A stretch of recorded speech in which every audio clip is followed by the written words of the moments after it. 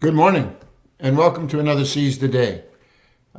Little drizzly outside today, so I thought I'd take it back inside the house and just continue our study together in Matthew chapter 10.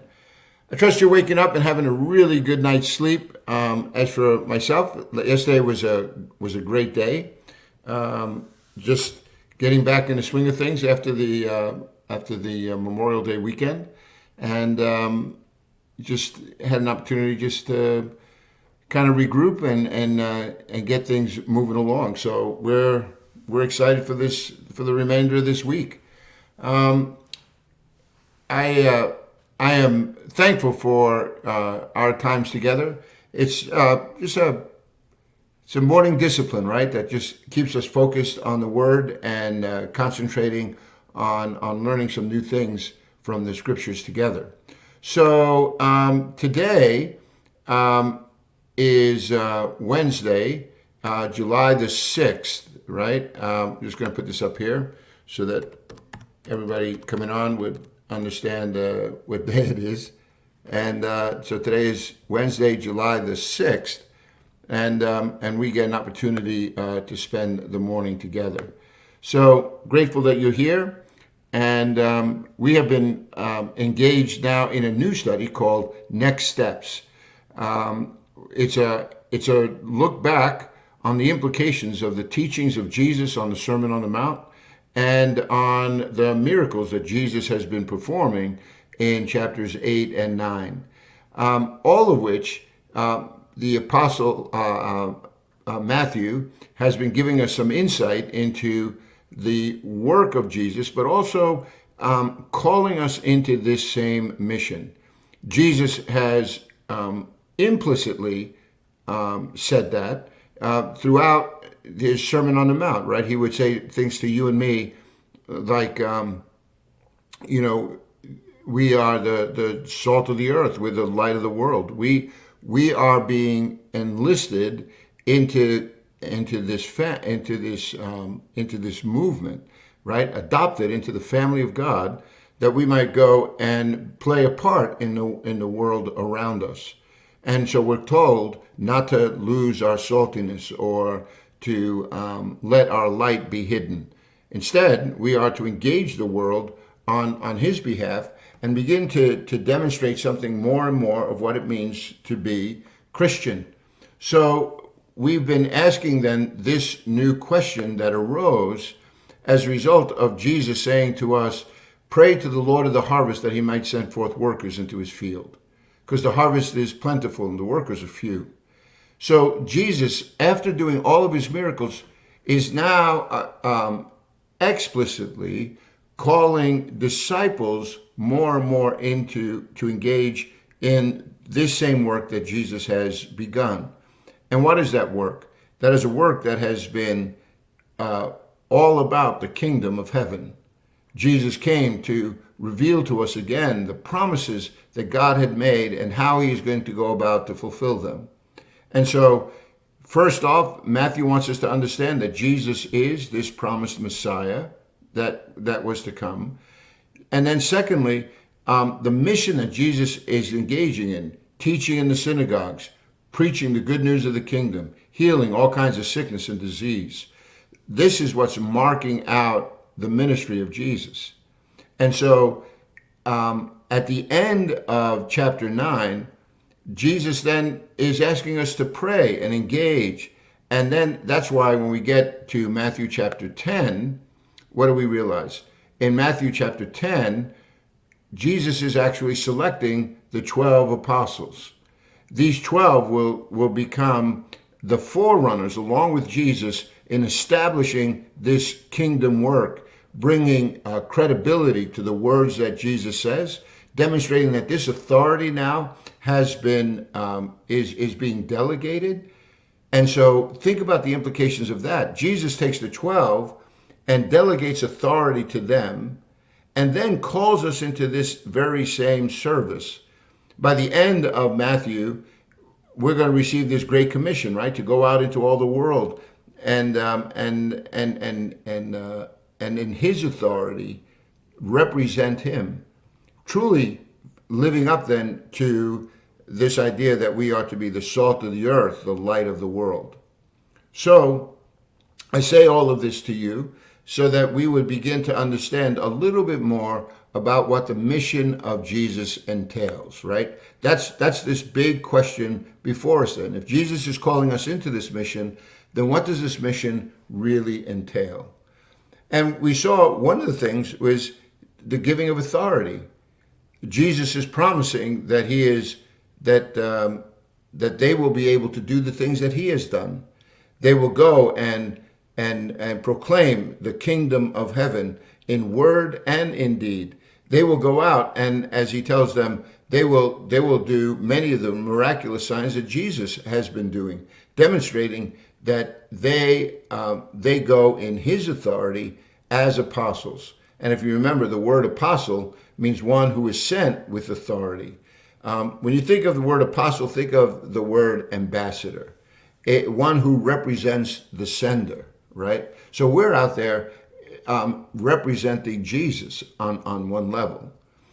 There is something else, though, that we began to see in this text, and it was all about allegiance. Jesus is calling us into an allegiance with himself. And that's why he would say, for instance, early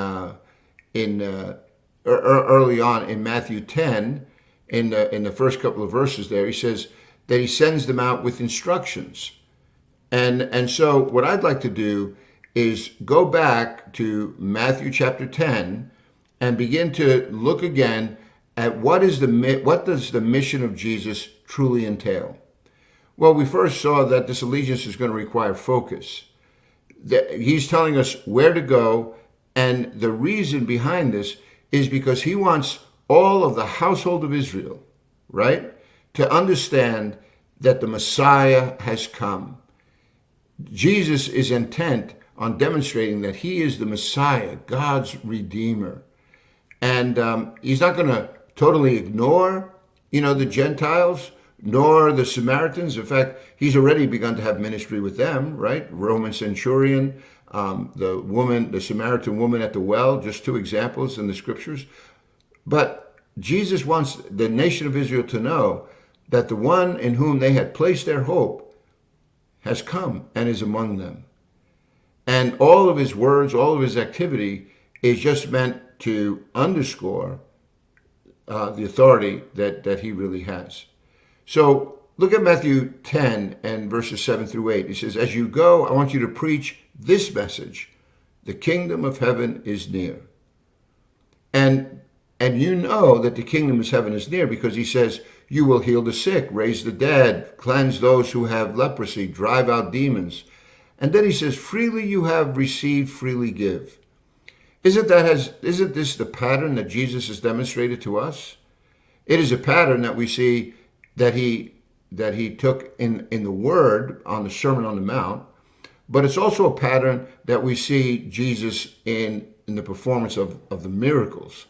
And now he's saying to his disciples, without qualification, that they are in such a relationship with him that he's calling them to follow his lead. And so they're going to do the same things. They're demonstrating again that the authority that we have has come from this Messiah. Now, how people respond to them is going to be varied. And we're going to see that response in this mission. People are going to respond to Jesus very, very differently. And that's part of what Matthew 10 through 13 is all about. What the mission of Jesus entails. It entails authority. It entails allegiance, a demonstration of allegiance to Jesus, in that we have this sense of focus. We have this mission integrity. We have a dependence upon him for provision. Look at verses 9 and 10 of Matthew chapter 10. He says, do not take along any gold or silver or copper in your bags. Take no belt for the journey or extra tunic, sandals or staff, for the worker is worth his keep. See, Jesus has set this example, hasn't he? It wasn't about money. When you think about the criticisms that people give to the church, what tops the list is usually they talk about people being hypocrites, and there's a certain level of that. We're all a little inconsistent in the way in which we live out this message of God, right? We may know the truth, but man, it's so hard to bring this flesh into an obedience to the word of Jesus, isn't it? This is a lifelong process. This is the life of discipleship. I like how one author wrote. And the title of his book, he says, it's like one step, 2 steps forward, 1 step back, and but at least we're always a step ahead. And hopefully that marks out our life, that we are growing in the grace and the knowledge of Jesus. But aside from that, the other criticism that people levy against the church is that it's always about money. Don't you see that this mission that Jesus is calling people to, a mission where they're going to heal the sick, raise the dead, cure the leper, right? Like all of this, drive out demons. He's saying, look, you freely have received. Now I want you to freely give. So this is never about your personal advancement. It wasn't about them getting ahead, demonstrating power in a way that just brought them prosperity. It was quite the contrary. They were to be servants to the people that they were being sent to. Man, what a different use of power and influence. And this is what the mission of God is always about. When we turn it into something different than what Jesus envisioned, don't you see that there's no longer this mission integrity? It's now we've made this cause of God something totally different. And may I add that I think in the days in which we're living, people sniff that out, and we're not asking them to become to demonstrate an allegiance to our particular brand of Christianity. We're not asking them to be, Presbyterians or Catholic or Baptists. That's maybe the homes that we have settled in, and there are things about the customs of working out that faith that brings people a sense of peace and quiet. There's a vast difference, right? Going to a charismatic kind of fellowship, Pentecostal, and then maybe one that's more, conservative Baptist. Hopefully the message is the same, but the wrapping could be very different. One can be very contemplative. The other one could be, really enthusiastic and energetic. But here's the thing. It doesn't matter about the energy. It doesn't matter about the quiet if the message is all wrong. And this is what Jesus is saying to his disciples. He says, look, this is not about you advancing yourselves. This is about the kingdom of heaven drawing near. People are going to see that in your actions. They're going to hear it in your words. It's going to be visible in the signs and wonders that you're performing. But what did Jesus say to them distinctly? Explicitly, he said to those who wanted to follow him, remember, there was a text in Matthew 8, verse 20, where he says, foxes have holes, birds of the air have nests, but the Son of Man has no place to lay his head. Again, how about when Jesus warned all of his disciples? He says, do not store up treasures for yourselves on earth, where moth and rust destroy and thieves break in and steal. But store up for yourselves treasures in heaven, where moth and rust do not destroy, where thieves do not break in and steal. For where your treasure is, there your heart will be also. Do you see here then in this text that Jesus is beginning to underscore where we are to place value? And the value isn't in the realm of where things could be taken away, where they could be destroyed or stolen, right? No, Jesus says we need to be conscious that we're living by the dictates of the kingdom of heaven. Our desire is for God's will to come, right? And so as a result, we're engaged in a mission that has us, dealing with the concerns that are before us in this world, but we are driven by a vision of what heaven is supposed to be all about. God is calling us to engage the world by his rules, by his ways. And so part of that is Jesus saying, I want you to show this in this absolute dependence upon me. Don't worry about bringing along gold or silver or copper in your belt. Don't worry about bags or tunic, sandals or staff. The worker is worthy of his hire. In other words, God says, I'm going to take care of you. Now, he's saying this directly to the 12, right? So this isn't a text that you could just wrench out of a context and just say, hey, everybody has to live this way. No, this is a particular calling to these 12 who are going out on this mission. But what it underscores is a dependence upon God for his provision. And that principle is something that God is saying to us, no matter what position we are occupying in this world. God will, throughout the scriptures, as whether it's in the Gospels or in the letters, it's always God saying, look, will I ever leave you or forsake you? Is there anything in all the world that could ever separate you from the love which is in Christ Jesus? In the Sermon on the Mount, can we go back again and recognize when Jesus says, he says, why do you worry about what you will eat, what you will drink, what you will wear? He says, you look at the birds, you look at the flowers of the field, God takes care of them. And he says, and you're of much more value than these. And besides, he says, your Heavenly Father knows what you have need of before you even ask him. So when I think about passages like that, all of a sudden I think to myself, oh my gosh, like God is saying to me that I am to be dependent upon his provision. I am to work hard. I am to keep my focus. I am to engage the world in his name. And God is saying, the worker is worthy of his hire. I'll take care of you. And I have seen that over my years of ministry.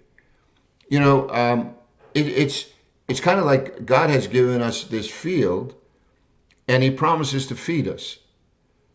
But that field needs to be worked, right? You need to cultivate the soil. You need to put down seed. You're going to have to do everything you can to create environments where that seed is going to grow. It's been the same for me. God has given me a place to live, but it's required a lot of work. You guys look at my kitchen, right? I didn't have money to go out and redo my whole kitchen, so I bought a paint sprayer. I took out all my cabinets. I sanded them down. I never did that work before, but I asked around. I talked to some professional painters what kind of paint I should get. How I should do this, and they all gave me their instructions. And then I went to work. It took me a long time, but I finished it, and I saved myself a ton of money in the process. But God gave me a strong back. God gave me, some skills. God has given me some time, right? Some health. So all God is asking us to do is to get engaged, and he'll make up all for all the provisions that we need. And this is exactly what this sense of allegiance to God is all about. It's about focus. It's about authority. It's about a dependence on God's provision. And ultimately, it comes down to perspective. And let me tell you what I mean. Look at verse 10 through 15. Here in Matthew chapter 10, beginning of verse 11, it says, whatever town or village you enter, search for some worthy person there, and stay at his house until you leave. As you enter the home, give it your greeting. If your home is deserving, let your peace rest on it. If it is not, let your peace return to you. If anyone will not welcome you or listen to your words, shake the dust off your feet when you leave that town or home. I tell you the truth, it will be more bearable for Sodom and Gomorrah on the day of judgment than for that particular town. So when I read this text, you see the perspective that God has given you? You and I are to go, these 12 were to go out and do this work. They were to do it freely, because freely they received. So this is not about profit. This isn't about promotion. This is not about self-aggrandizement.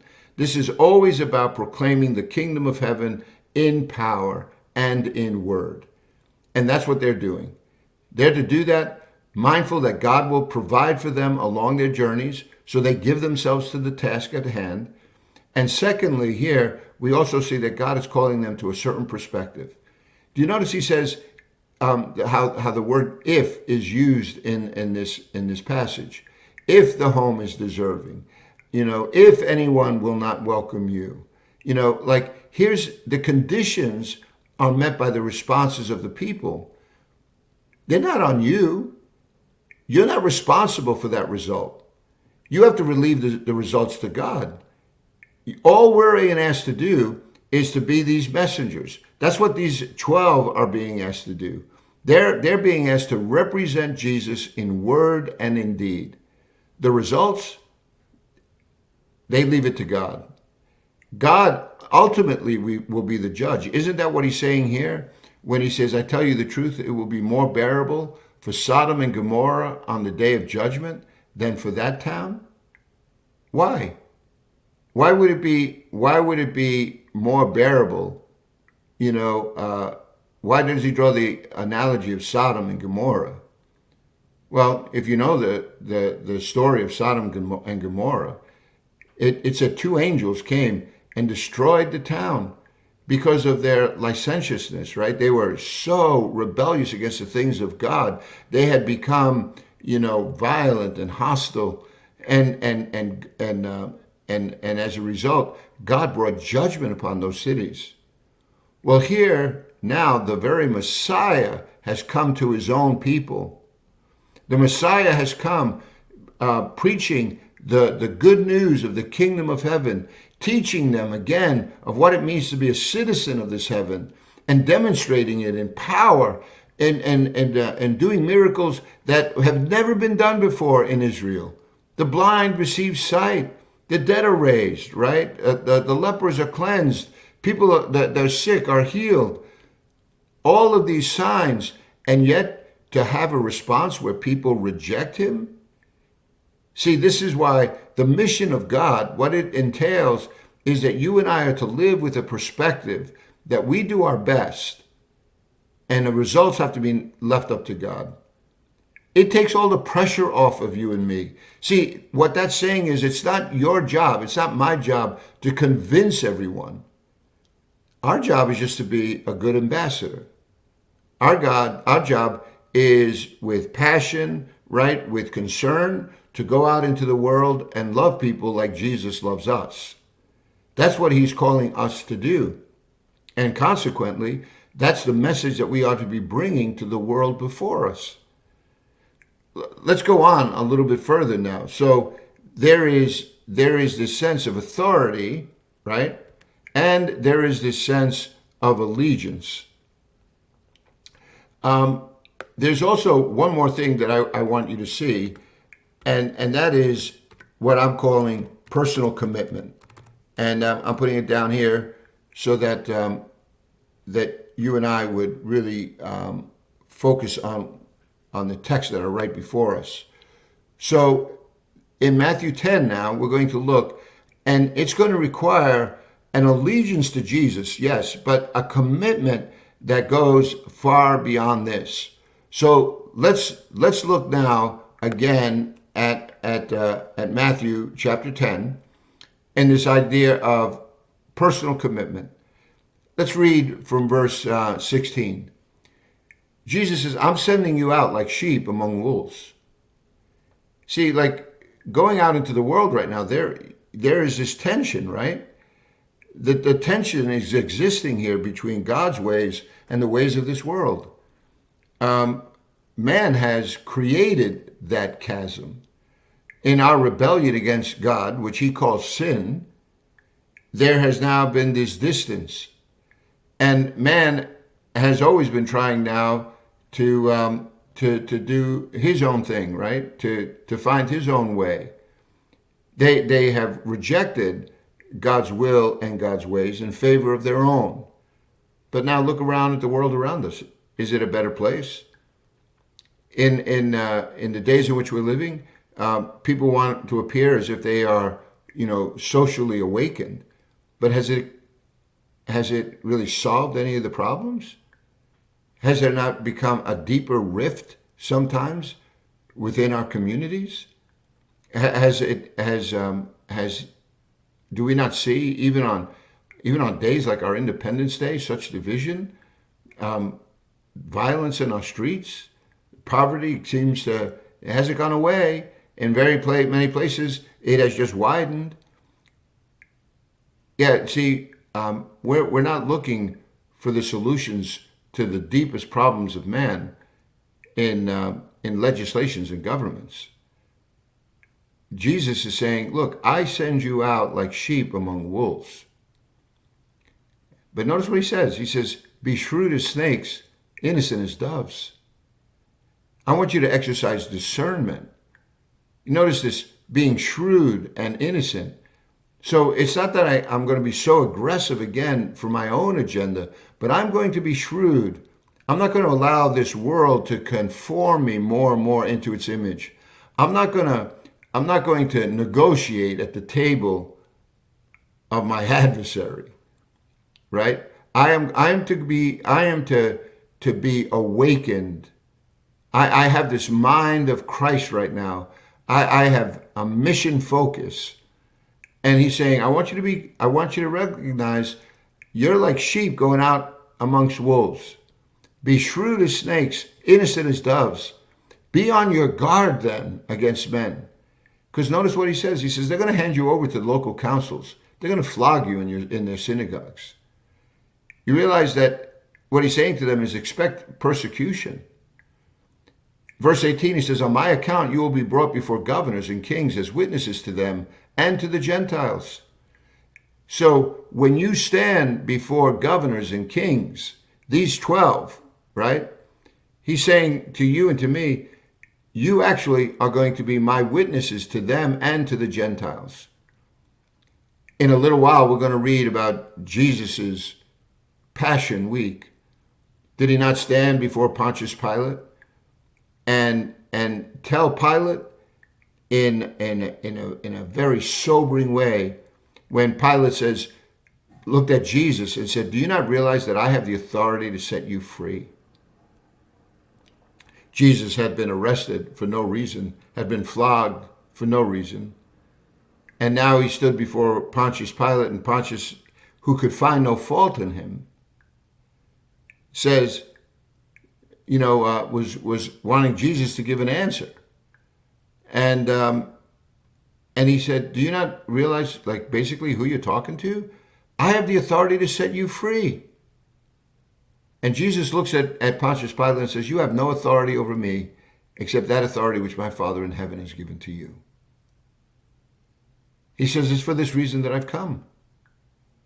Jesus was under no delusion.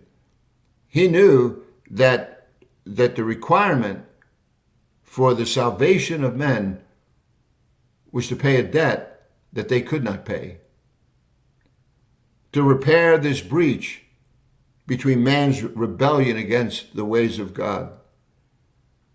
And Jesus came to do that for us. By his blood, we have been reconciled. We have sins forgiven. We have now this hope of heaven. Jesus was that witness before Pontius Pilate. We're going to find Peter, Paul, John. These disciples now, they are also going to be on stage for all the world to see. And they are going to be witnesses to the world in much the same way that Jesus. He says here in verse 19, he says, but when they arrest you, do not worry about what you will say or how to say it. At that time you will be given what to say, for you will not be speaking, but the Spirit of your Father speaking through you. God's going to provide the defense. Remember, we are his ambassadors. We are to act and speak representing his authority, not ours. The Spirit, he's saying, is going to go before them. So notice how the heat just got turned up. There is a hostility that's in the world. One of the things about this mission then is that there is going to be this personal commitment. There is going to be this antagonism that we're going to find in the world around us. We have to be gentle as a dove. We have to be shrewd as a snake.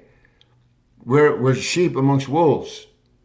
But in the providence of God, what does he want? He wants you and me to engage in this truth, to let this light shine, that men may see our good work and what? Glorify our Father who is in heaven.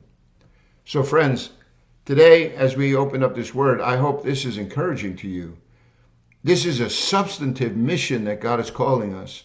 He's asking us to engage, just like he did those 12. This is early on in this ministry of Jesus, but you already begin to see that Jesus is not intent just to do all the work on his own. There are things that Jesus alone can do. But we are also being called to go out and represent him in the world. And today could be a great time to start. So seize the day. Go out with the assurance that God is good all the time. And live out this life before the world that is looking on. You go. Have a blessed day. Looks like the sun's starting to come out, so it'll prove to be a really good day. And Lord willing, we'll spend some more time tomorrow as we continue through this study in chapter 10 of Matthew. God bless you, my friends.